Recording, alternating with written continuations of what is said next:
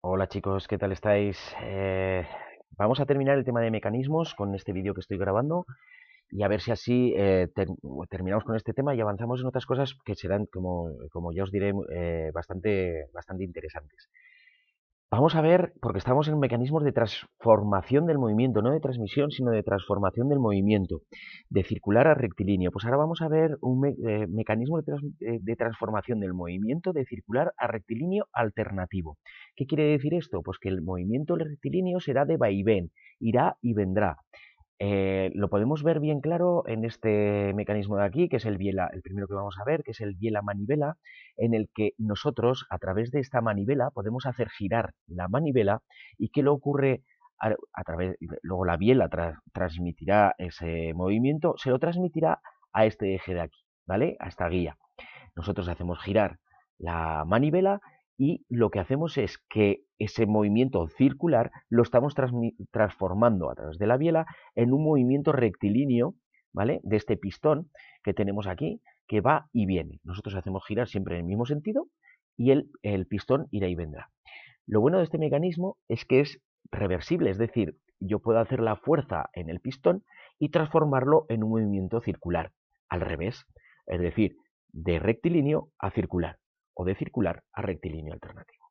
Esto es de rectilíneo alternativo a circular, es lo que ocurre en los motores de explosión, es decir, en los motores de nuestros coches.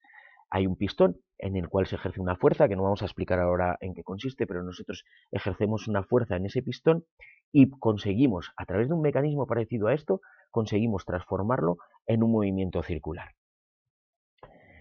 Este de aquí sería un ejemplo de cómo funciona. Os recomiendo que, si podéis, veáis vídeos en YouTube, que hay muchísimos de estos, por si no os quedan claros, ¿vale? De cómo funcionan. Daros cuenta cómo se transforma un movimiento rectilíneo alternativo que tenemos en este pistón de aquí. Disculpa, a ver si lo vuelvo a poner. En este eje de aquí, ¿vale? En este pistón hay un movimiento rectilíneo alternativo, se transforma en un movimiento circular constante. Es decir, en el mismo sentido, ¿de acuerdo? Veis que es muy sencillo. Pero ahí lo importante es que estamos transformando movimiento lineal en rectilíneo o rectilíneo en lineal alternativo, ¿de acuerdo? Otro mecanismo, otros dos mecanismos que vamos a ver seguidos y que os va a sonar porque los habéis utilizado en el taller para hacer la práctica de donde tenían que subir y bajar los, bueno, la escena del crimen que teníamos de aquel Cluedo, ¿os acordáis?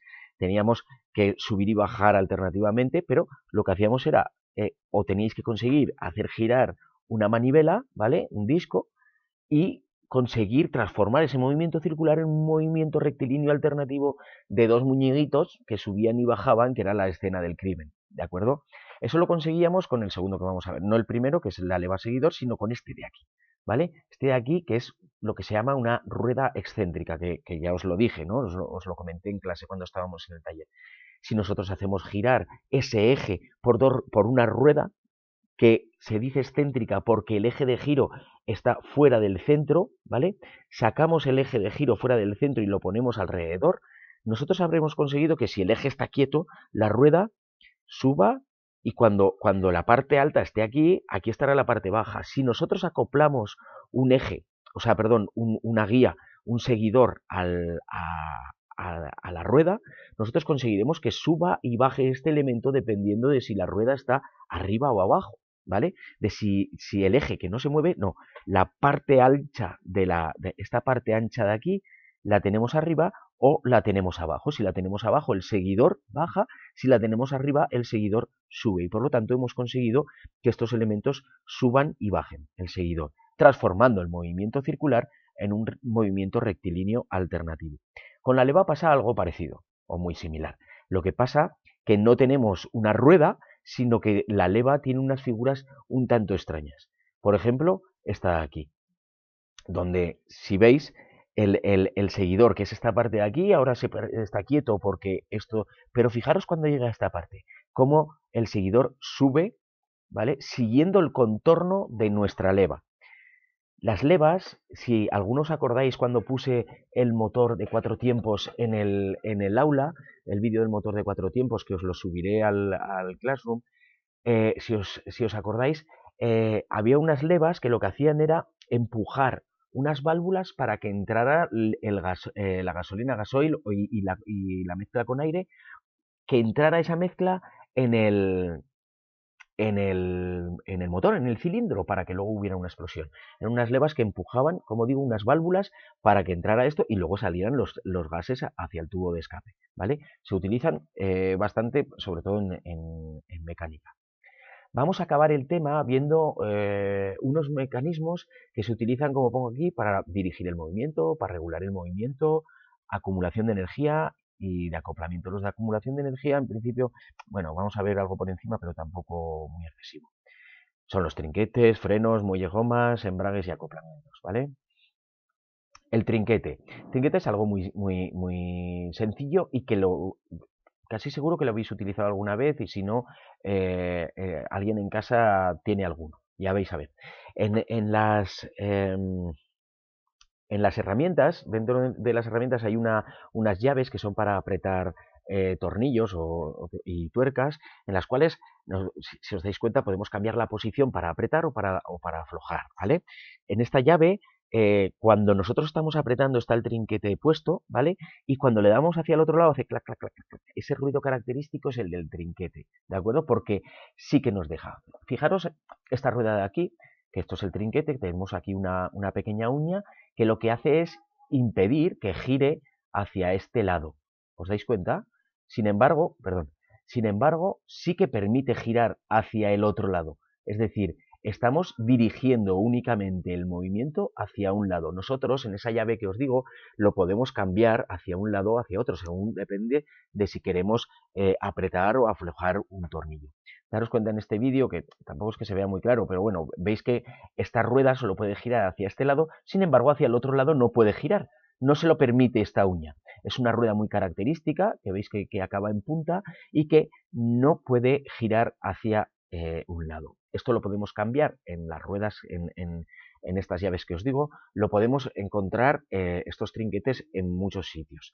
Desde, como os digo, estas herramientas hasta, por ejemplo, esas cintas, estos para apretar correas en las que nosotros pues vamos dándole hacia un lado, apretamos y hacia el otro hace también este ruido característico. Bueno, pues ese ruido, si lo escucháis alguna vez, es el del trinquete que va levantando. El trinquete, al girar hacia el lado que se le permite, va levantando la uña, clic, clic, clic, clic, y va cayendo otra vez en los huecos. Y sin embargo, hacia el otro lado, pues no permite girar. ¿De acuerdo? Si tenéis alguno de estos, yo os recomiendo que lo veáis y que miréis a ver cómo funciona. Luego tenemos unos muy sencillos que habéis usado todos cuando habéis ido en bicicleta, ¿vale? Que es el de para regular el movimiento, es decir, si llevamos a mucha velocidad, pues frenar, ¿vale? Que son estos frenos de disco, frenos de cinta y frenos de tambor. En los de tambor, que se usan sobre todo en camiones. Luego tenemos estos de disco, que se usan en la mayor parte de los vehículos, incluido en algunas bicicletas. Y luego estos de cinta, que donde más se ven es en los frenos de mano, ¿no? Nosotros estiramos el freno de mano y lo que hacemos es estirar una cinta y por el rozamiento que hace con una rueda que hay dentro en el eje, impide que el vehículo se mueva. Tenemos unos mecanismos de acoplamiento que no son más que esto, ¿vale? Que nosotros en el coche, por ejemplo, son los embragues, ¿no? Nosotros cuando estamos en el punto muerto, estos mecanismos de acoplamiento están separados, el motor sigue girando, lógicamente, ¿vale? Nosotros seguimos girando el motor, pero no está engranado, no está mezclado no está embragado, que se dice, con el eje que luego va a las ruedas. Así que lo tenemos, esté girando, pero esté quieto. Nosotros ahora ponemos la primera marcha, soltamos el embrague y lo que hacemos es engranar estos dos, ¿vale? Con lo que transmitimos el movimiento del motor al eje de giro de nuestro coche. Si pisamos el embrague, soltamos este acoplamiento, ¿vale? Y deja de haber un acoplamiento entre el eje que sigue girando, si no paramos el motor, esto sigue girando y deja de girar y por lo tanto no se transmite el movimiento al eje de giro de las ruedas, ¿de acuerdo?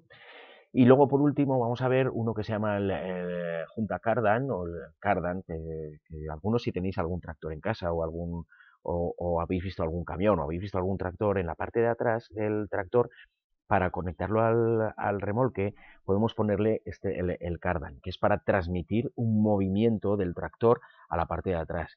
Por ejemplo, pues para un atomizador, para transmitirle el movimiento a un atomizador que necesite pues eso, alguna parte de movimiento, o para bascular un remolque, etcétera. Nosotros lo que utilizamos es este cardan que lo que nos permite es acoplar un movimiento, ¿vale? O sea, acoplar un movimiento de giro que tiene nuestro tractor o camión, que también tienen cardan para transmitir el movimiento de un eje a otro, ¿vale? Pero claro, esto lo podríamos hacer de otra manera, pero lo bueno que tiene el cardan es que nos permite un juego de unos 45 grados, de hasta unos 45 grados, en el que, claro, si nosotros el tractor va para un lado y el remolque, pues nos permite un juego bastante majo para transmitir este movimiento de giro. Hasta aquí hemos terminado el tema de mecanismos. Os haré una prueba a través del Google Formularios, ya lo veréis, pero que simplemente son los problemas que ya mandé o que ya hicimos en clase, pero puestos aquí. Las fórmulas las podéis sacar de los vídeos que os he ido mandando a través de WhatsApp o del Classroom, y si veis esos vídeos, pues podréis sacar las fórmulas que tenéis ahí y luego utilizarlas, pues entendiendo cómo son cada uno de los mecanismos, podéis utilizarlas en este Google Formularios que os pasaré más adelante. Después de esto, vamos a hacer una actividad que yo creo que esperemos que os guste bastante y que no tiene que ver tanto con dar teoría. Pues nada, espero que os haya gustado. Ya sabéis que si tenéis cualquier duda me podéis preguntar a través del grupo de WhatsApp, o si queréis, pues también me podéis preguntar a través del correo electrónico. ¿De acuerdo? Que por vías telemáticas no será. Un abrazo y pasad buen día.